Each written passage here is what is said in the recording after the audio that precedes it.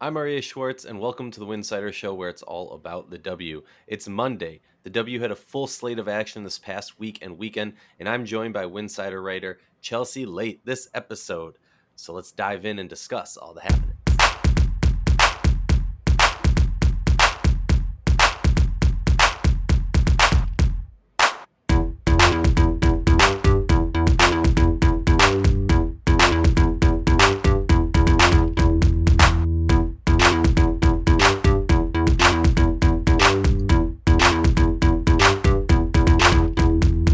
If you like our show, please consider joining our Patreon community, patreon.com/Winsidr. For less than a cup of coffee a month, you can directly show support for the hard work we do covering the W. And don't forget to see our amazing staff's written content over at winsidr.com. That's winsidr.com. And the most fun way to enjoy the W? Well, that's obviously the Winsidr watch parties on Playback.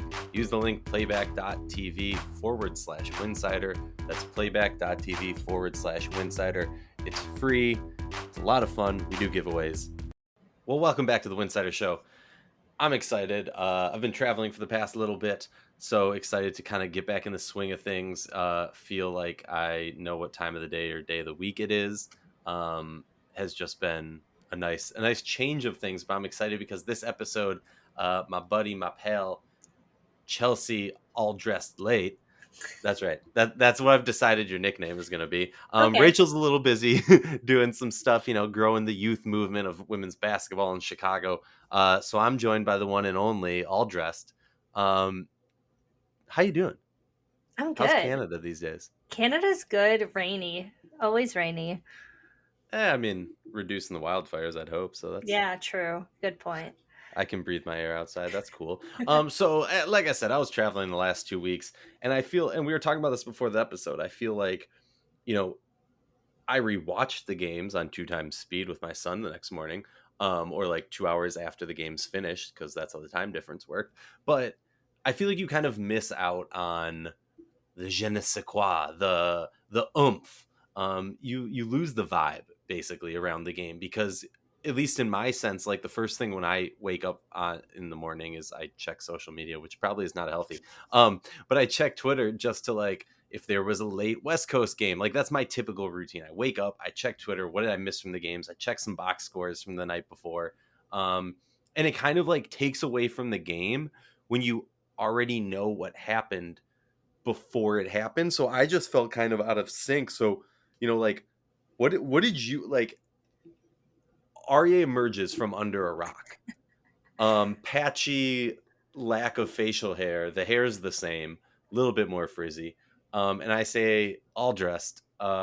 Please help me. What did I miss? What sticks out in your mind? Well, first of all, there's like a lot of games.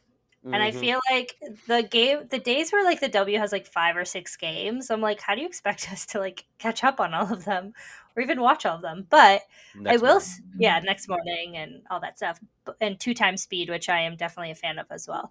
But I think the main thing that I took away from this weekend is just like how close some of these games are, but and like with the matchups that you would not expect them to be that close. Like the Indiana Washington game on Friday was like a 8 point game. Um, Mm-hmm. that New York Liberty Seattle Storm game was only a 4 point game. Which, I mean, when you see them on the standings, like you would not say like, oh, that's going to be a 4 point game. And I think it just like goes to show that, especially this season, I've noticed with the W more than any other season, is that the standings are not indicative at all of like the talent of these teams and how they're playing. And like Seattle, for example, their score, I think their standing is not exactly like proof of like what this team is capable of. Unfortunately, they've kind of had the bad end of a lot of these games, but yeah, it's just shocking to me that some of these games are so close. Like the Indiana Dallas game was a 1 point game. Um, I mean, the Aces games are always blowouts, so we're not including them in this conversation. But I think that was my biggest takeaway this weekend is like there's so much parity in this league right now. It's interesting. That's definitely something I know. Like, you're looking at these games, and I mean, like you said, the Aces. Let's stop talking about them. No, like they've been playing ridiculous, and with Kelsey Plum finding her shot over the Yeah. past couple weeks, or at this point, it's probably been like a month. It's kind of just not fair. Hmm. We've entered that stage, but we'll see. I think I was going to get into this later, but I think there's one dark horse team that a lot of things have to go the right way. And I don't think they're there yet personally, and I don't think they'll get there this season, but I do think that there's one team um, that just look, a lot of times in sports you talk about, right, like the top team and the contender or whatever, but sometimes there's a team that isn't necessarily on that same tier, that just the makeup of the team, the style of the players, the size of the players or whatever are the kryptonite. I was going to ask you what Superman's weakness was for a moment there. The kryptonite for certain teams. And I feel like, and we'll touch on this a little more. I won't bury the lead. There's one team in the league that maybe has that for Las Vegas. So I think that will be an interesting thing. But I think there's one thing we have to talk about that hit close to home for you, Hmm. hit close to my original home because it's a close city, I guess. Whatever. James Wade leaves the W, leaves the Chicago Sky. I Yeah. think I think that happened while I was out of the country because I remember it. I don't It honestly. It's was been a blur. on Canada Day. That's all I remember. Were you When's away on Canada Day? July 1st? Oh, is that like Canadian July 4th? Yeah. Oh, cool. I like that you guys just call it Canada Day. I was away then. Okay, so it did happen then. Yeah. Great timing for it. That I did not know it was on Canada Day. That's amazing. Yeah. Um, no, so James Wade. I mean, look, the man already has staked his claim over the whole country. Yep. No, like I'll put it this way. I don't think a lot of people I saw on social media, just my 2 cents on it, Yeah. putting it as like a stepping stone thing. And like if this was a stepping stone thing, I agree, I would hate it. I Hmm. don't see that from James because I've firsthand seen him put a commitment into women's basketball for more years than I feel comfortable saying right now, only in the sense no, because like I feel like it's like 20 years or so, but like maybe it's 18, maybe it's only 15, but like so many years starting as a practice squad player, being like a low level coach, working the way up the pipeline to a head coach, winning a championship. And not that like, look, I think I tweeted this out. I don't think that there's ever the right time to leave a team mid-season. Like, fine, not right, cool. I also think that, and I think all these things are true, that as a coach, coaches always tell me you have to kind of be like a surfer. You have to know how to ride the wave because at any point it could break. Now James Wade had an extension, right? Does that mean he couldn't get fired? No. Like that we just know, right? In sports, that's just how it works, right? Hmm. And I think like end of the day, coaches have to do what's best for themselves in the same way players do. Um, and he saw an opportunity, went to take it. Honestly, I'm more shocked that he left the W. I expected kind of after this season to leave Chicago. That was kind of my little keep it in the back of my pocket thing where I've known so many issues with the organization of Chicago for so long, and James has been getting promises from my understanding, has been getting promises for those things to start changing. And I think Chicago's taking steps in the right direction, adding on more people into the ownership team. That means more money influx. That's a good thing. They can expand their front office. They can expand their PR. They don't have as much space in that. Like they're the smallest front office and PR and things like that in the league. So to Hmm. see them get more money flow, I think can grow that. And there's serious issues. So I was shocked to see him go to the NBA. Not shocked to see him leave Chicago is kind of my thing. Um, Take off your Canada basketball hat for a moment and just Okay. like pretend the NBA doesn't exist. Okay. Thoughts on this move? Um, it definitely, you're right. There's no good way to leave the W mid-season, and I think, or any league mid-season. And I also think he's in a strange position where like he's the last W coach that has like the head coaching general manager thing, which I don't think should exist at all. But Agree. it's just like someone who has that much power over a team and a franchise, it's gonna, no matter if he leaves now or if he leaves at the end of the season, it's gonna like cause kind of this whole crater and like shift in not just the league but their team as well. And so I mean, in one way I understand why people are upset about it, and I understand why people especially close to like Chicago are upset about it, because you have someone who's like, yeah, I'm committed to this team, we're going to make a run. I made all these moves to the roster to like improve it, especially after we lost all these free agents and all this stuff. Um, but at the same time, like I also try and empathize with like his personal path and like having to do what's best for yourself. And I do think that, I don't obviously know the specifics. And personally, I know that the Toronto Raptors don't share their like coaching contracts or salaries or whatever. But I don't know. Maybe it was a better opportunity. Maybe he, like you said, felt like he was going to be leaving Chicago anyway. And if this opportunity was going to come up, you can't say no to it because they're not going to offer it to him again in October. So, Yeah. and I think if anything, it speaks to the fact that like if the WNBA and the NBA want to be like more in sync with each other, the fact that they have opposite seasons is kind of hindering a lot of that as opposed to excelling it. But there are also a lot of positives to them having opposite Hearing schedules. So you hearing you talk about it, I don't know why I hadn't thought about this before.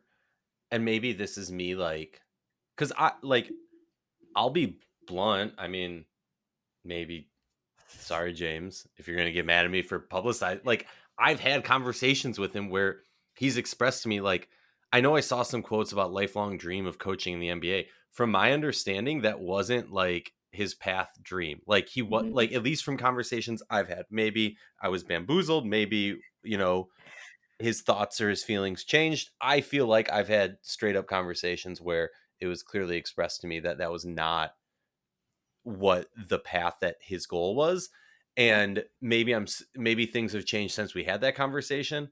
Um and like, hey, it's someone's personal life. You know what I mean? Like, who am yeah, I to say anything? I will say though that I think a dangerous precedent has been set in the W yeah, where giving Becky such a huge payout as her first head coaching position, mm, where her background for like to be real was being an assistant coach in the NBA. mhm, So I understand there's nuance and there's a lot more to it, but I don't think it's a completely unfair statement to be said if I were to say that that move kind of implies that if you are an assistant in the NBA and you come to the W, you are going to be making more money than a random WNBA coach who made it up the ranks and became a head coach. mm, And I think that's a dangerous precedent. I don't think that's a positive message for coaches in the W, but I can't help but think of, okay, is he thinking in his head, I want to get out of Chicago or something for whatever reason? This is a good opportunity, make more money than I'm making in Chicago. And if I ever get an opportunity back in the W, working in the NBA, now I'm going to be making a lot more money. Um, mhm.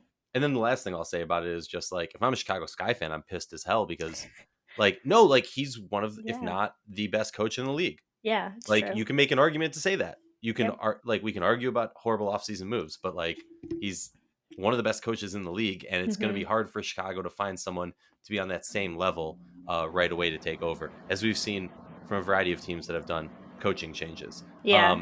And like one last thing is too, I also think like the game in May could have changed things for him. Like I was there personally to like see him and like saw him talking to, all of the different media people and being in that space and like I don't know, he just like really liked it. Like I can't even deny that like he was like this is a great city, a great atmosphere, this building is great. Like he just kept praising it and I would not be surprised and this is just purely speculation if that weekend changed Speculate things. away. Speculate away, yeah. I wouldn't be surprised if that weekend changed things for him. And the entire Raptors front office was at that W game. So I mean, I'm just again speculating that that was like the weekend that kind of set this whole thing into motion. But I wouldn't be surprised if he went there and then when they approached him after was like, okay, like now I see this for myself and maybe didn't see it before. Respect. Other big news that happened while I was gone. Why not? Yeah. Since I was gone, the Mystics. An interesting one here. I mean, the Mystics have Lena Del Don injured, Natasha Cloud injured, Shakira Austin hurt, Mhm. and they make a trade. They Yep. move Amanda Zahui B for Queen Egbo, and like I kept reading the reports of it coming out, and I, like the whole time I just kept thinking, is somebody missing something? Hmm. Like I guess Coach Big T, not Coach T anymore, Big T, GMT, still GMT. got it. I mean, like he just fleeced Lynn Dunn. And I don't know if they're like, in my mind, and this is like the mind of somebody who, and I'm not saying this in a braggadocious way, as someone who like sees some of the things happening behind the doors Mhm. and learning about things in the league. When I see a trade that in my mind is so one-sided, right? And it's not, and this isn't a knock to Amanda Zahui B. She's making a nice size contract, and moving her saves the Mystics a lot of money and gives them the opportunity to have more depth on this team than they would have had normally, and to get a lot more upside in Queen Egbo than they have in Amanda Zahui B. We know what Amanda Zahui B is. She wasn't giving this team anything that's moving the needle. Why not get someone else who's a big paint presence and see what happens? They needed to shake things up. And so, like, to me, it was just a straight up fleece. Like, and like I was saying, like, unless there was something else that happened behind closed doors with Indiana that caused them to have to get rid of Queen, I don't understand why you do it. Um, did you have what was your thoughts when you learned about this trade? I was really surprised because I thought, Indiana was kind of doing good with her and like she was, contributing. And I understand her role is a little bit different this year, given that like Aaliyah Boston is there now and, they're kind of going down that path as they should.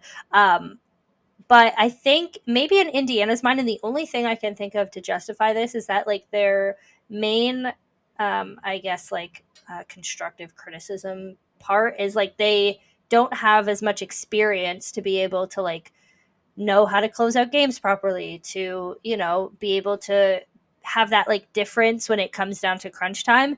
And maybe that was the move that they make to get someone who has more experience on their bench or on their team to be helping out their younger players. That's the only thing I can think of. But you're right. Queen Egbo to the Mystics is great for both Queen Egbo and the Mystics. And I was shocked that Indiana was one willing to get rid of someone that they definitely, obviously valued, especially last year, but this year too, as like a great backup presence. Um, but I'm definitely excited to see how she plays on like a team like the Mystics and I'm very curious now if like this is the end for Indiana in terms of this whole transaction or if this was just like a small bit in like a bigger thing. That I would don't be know. interesting. That would be interesting. I don't know what it would be. I like where your head's at though, because Yeah. often, like a small domino implies a bigger one, but sometimes it means nothing. Yeah. Um, you never know until shoe hits the ground. No, I think I appreciate your thoughts on that. I think for me, Amanda Zahui B is kind of similar to adding. Oh, now I can like see her face. Oh shoot, I'm blanking on her name right now. Um, Jantel Lavender. Oh, yes. A similar signing to Jantel Lavender a few years back for Indiana. The only difference is like Lavender was like a role player on teams that had some success. Amanda Zahui B just, in my, not to be rude, just hasn't had professional success Mm. in the W. Um, in terms of being that level, you know what I mean? Yes, she is a Mhm. vet. She can probably give something to this team, but I completely agree that's something the Fever need. I just personally don't see it coming from AZB. Let's move on to the next team because we've kind of just dragged on those Yeah. two topics. But the New York Liberty, 6-1 of recent with a really bad loss to the Aces. Who cares? I mean, the Aces, we know it's going to happen. I Yeah. think the bigger thing was they kind of exposed another serious issue of the guard defense that New York has. Um, but they beat the Sun. That was an important win.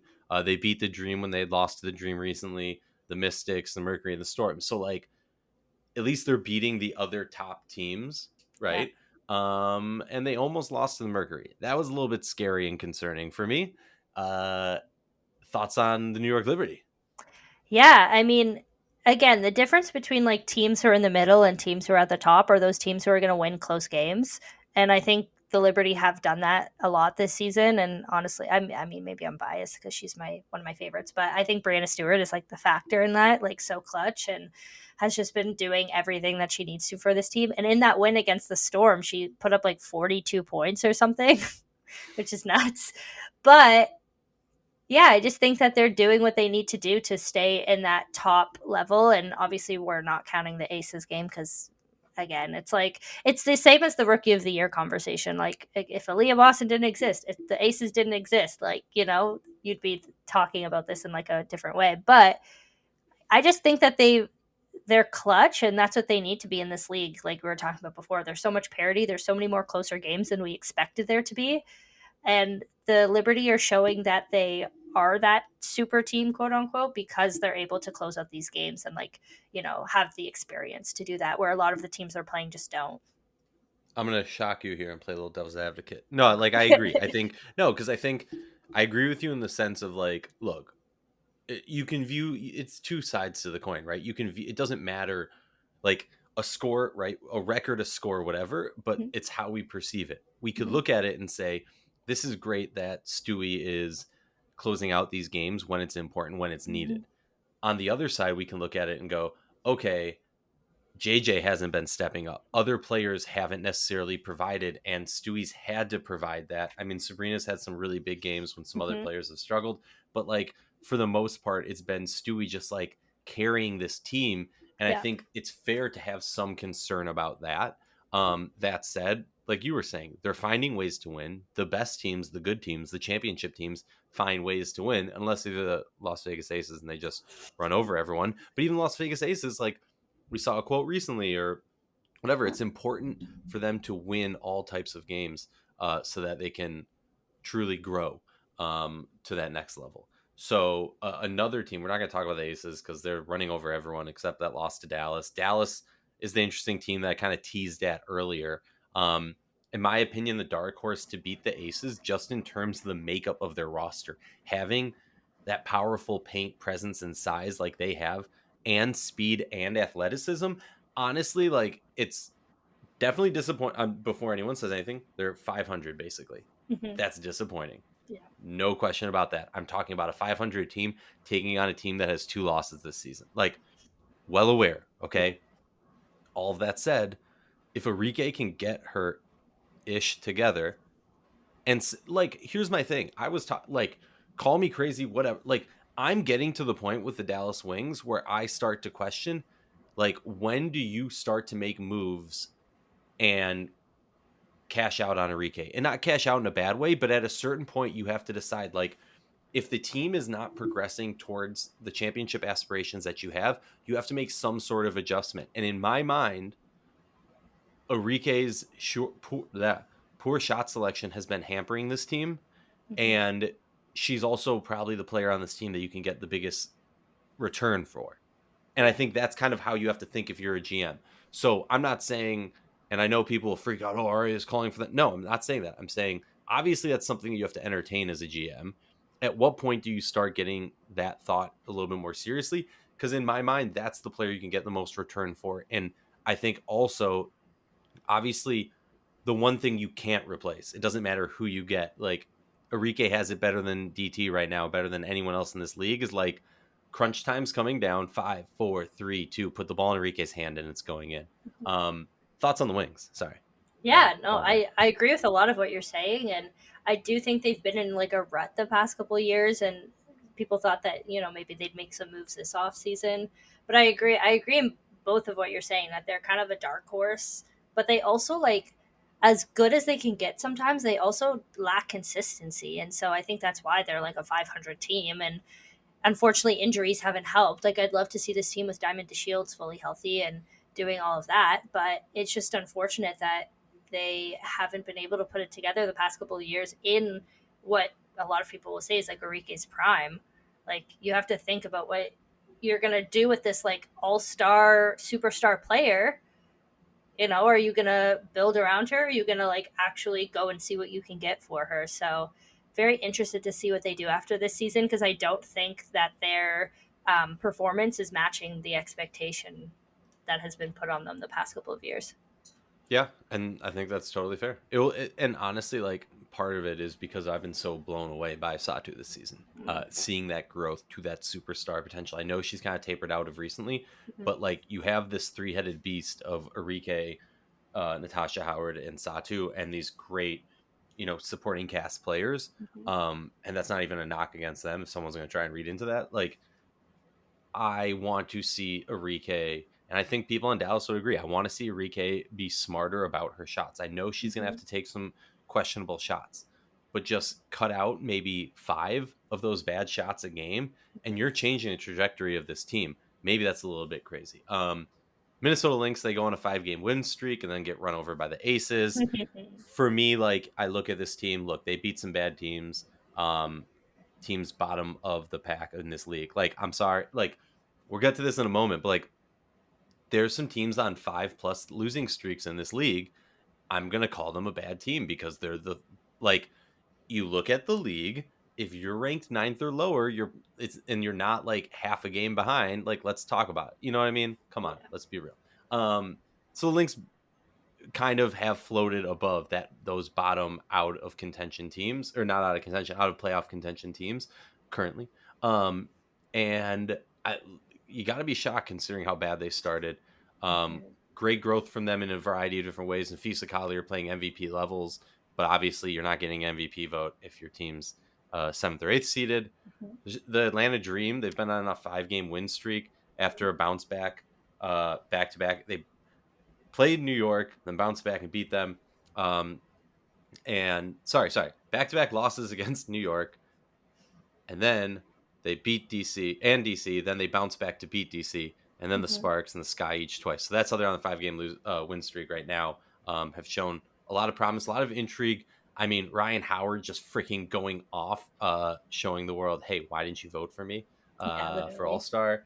What, a 40-piece game, and then a 32-piece game, and then another 30 game. Just ridiculous. I mean, Ryan Howard's a freaking beast. The combo on that team.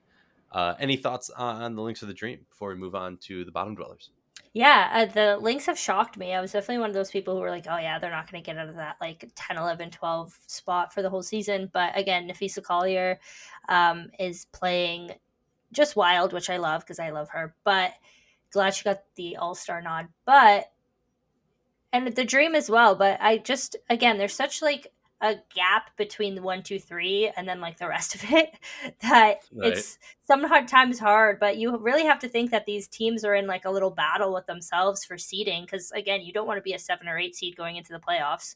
So I think the real battle is for like 4, 5, 6. And I mean, the Lynx are in view right now, and it kind of depends on their schedule. And I mean, at any point they could just go back to what they were doing at the beginning. But I do think my one thing I'll say about this whole thing is, again, yeah, Ryan Howard is nuts, and anybody who doubted that was a good first pick last year, I don't know, that was a weird conversation. But my biggest thing is like Dorka Juhas was the steal of the draft. That's like my like season long mission statement, is that I'm so happy that they got her. I'm so happy she ended up on a team that like really needed her, and just like have been so high on her for many years, like even before she was in the W. So I'm just happy she's thriving. That can't disagree with you. Yeah. Spark, Storm, Mercury, and Fever just on the struggle bus right now. I mean, these teams are let's see. We got Sparks 5-game losing streak, Storm 5-game losing streak, Fever 7-game losing streak. Phoenix Mercury just got a dub, so not on a losing streak anymore. But before that, they were on a 3-game losing streak, and have, I mean, they got 3 wins this season, so you can do the math wins. Oh, sorry, my bad. Whoa. 4 wins this season. No, I mean, completely fair. Kind of the thing that I wanted to touch on in this case is like, we're looking at the Storm and the Mercury at 4-14, the Fever at 5-14. I just have to say it because sorry if people are going to be offended. Like, the Fever have gotten so much publicity. I understand they have the number 1 pick in the draft, and Leah Boston's been playing great. I've already talked about, like, I disagree with her being a starter. Statistically, I just don't think it's there. I think she's an all-star. I don't think she's a starter. But, like, we're literally talking about a team that is tied for the worst record in the league, essentially, right? They played 1 more game than the Storm and the Mercury. Essentially, we're talking about a team that is tied for worst in the league. Like, yeah, we need to stop talking about, like, I understand they're putting up bad, like don't get me wrong, they're contending in some of these games, most of these games, and the honestly thing that stuck out for me, that I was with the amount of attention that's been going on about how like they need to feed Aaliyah Boston more in that last game, watching Aaliyah Boston get the ball at the top of the key around the free throw line with the ball, time's about to expire, you're down 1, and pass it out. Yes, it was an open look for Lexi Hall in the corner, but I don't understand why she's passing out for a lower percentage shot from a lower percentage shooter Mhm. from someone who wasn't the number one pick for somebody who isn't putting up the numbers that Aaliyah Boston's putting up. Like Aaliyah Boston, I don't know if you're being too nice, but that's the time to be selfish and take that shot. Yeah. Um, that was really, maybe that's just so fresh in my mind. But like for me, it's just, yes, the Fever are going to contend, but they haven't gotten out of that the the depths, as it were. Any thoughts on those four teams? Yeah, I think the Fever's issue is really just lack of experience. And I think with Aaliyah Boston, the more experience she gets, the more selfish she gets. I think she needs to get a little bit more selfish. The more she'll know is that, like, she has to take that shot. And you say that, Hmm. and we were watching, and this is like from like May, but we were on playback one time, watch Winsidr playback. And yeah, and we were watching, it was the same situation. It was like end of the game, Fever were close. I think it was against Atlanta. They had the chance to win the game, and I think they ended up winning. But the main thing was like Aaliyah didn't take the shot. Like she passed it to someone else, and we were all like, "No, you take that shot. Like that's your shot." And so I just think that like maybe she's being too nice. Maybe she just needs more experience. I don't doubt that like eventually she'll be the kind of player that will just that's her shot and she'll take it. Um, but I do think the Fever's like main thing right now is just lack of experience because they're all so young and they all just like don't. And college basketball is so different than W basketball that like you got to think about that and give them time to transition. And I don't think what the Fever is doing this season is bad. Like I do think the publicity is like good, and I do think that they're developing on track for like their roster. I just think people were expecting them to like immediately be a playoff team, and I'm like, give them a little Yeah, bit of more time. yeah. Um, and then I mean, like the storm. The thing with the storm that is getting me this season is that like Jewel Lloyd has the potential to be an MVP, but obviously she's not going to be an MVP because the Storm are in last place, um, which just sucks because I love Jewel Lloyd and I think that she's playing some of the best basketball of her life right now. But it's just unfortunate to like see that situation from her, and like also the fact that she's like cored this season and couldn't really do anything about it. So I mean, I'm starting a little bit more every day. I start to believe that this is probably the end of her Seattle tenure, but we'll see what happens after the season. And See, I would push against that only oh, interesting. because I would push against that only because we're seeing. I think Jules loving being a leader, and Mm, personally, I like this has been a whole thing. I've gotten in like hour long arguments with Rachel about this. Like, I don't shame the Seattle Storm for how they handled and how they lost Stewie and kept Jewel because yeah. it almost felt like Stewie was probably going to leave anyway. Like, if Hmm. you core Stewie, that doesn't matter. She's going to demand a trade and you're going to have to get rid of her. Yeah. Um, but giving the team and making that commitment to Jewel and saying this is your team, you're the leader, I think challenging her in that way Mm, to bring, I personally, I think the Storm don't want to be that good this year. They yeah. don't want Jewel to win MVP. That would be great, but like they would have to be a higher seeded team, and they're not going to be. You know what I mean? So like, I just think a lot of opportunity to kind of lay the groundwork for the next stage of this Seattle Storm team. That's Hmm. just my take on this. Yeah. Sorry, you were saying No, something. and I think the reality is with the Storm and the Phoenix Mercury is that in the next couple of years they're going to get a superstar, and that's going to change the trajectory of Yeah, both of these franchises. And I think I'm not going to say tanking because that whole people get conversation mad. it's People get annoying. mad, People Chelsea. get You can't mad. say tanking. I'm not going to say tanking. They're not tanking, but I do think just based on what, and it's just like a natural flow. You have Sue Bird and Diana Taurasi at the end of their careers, and you have Brianna Stewart leaving the Storm. It's just kind of a natural trajectory for them to like be in that low and then like come right back up. And you think about like where the Storm were like 10 years ago, and then they got Jewel Lloyd and Brianna Stewart and kind of boosted themselves back up. And that's just kind of the ebb and flow of like teams and the way that the draft works. And so I don't know. And I do think that they've done a great job of constructing their roster this year to like give some young people good chances, and you're seeing them like flourish. Like Jordan Horston is playing amazing, and the rest of the young Storm team is playing great. And you have Kia Nurse who's coming back. I'm always going to mention Kia Nurse. You have Kia Nurse who's coming back, and I think like progressing well in her like recovery and coming back to the court. And you're right. I think if anything, Jewel is probably really enjoying this like time to like finally have a team that's like hers. And we'll see where it leads them. But it is sometimes, it's tough to watch these games where they're so close and then they just don't get it. But Yeah, it whatever. It happens. happens. It It happens. happens. Uh, well, as we like to finish off our episodes, we're gonna do a little pick 'em.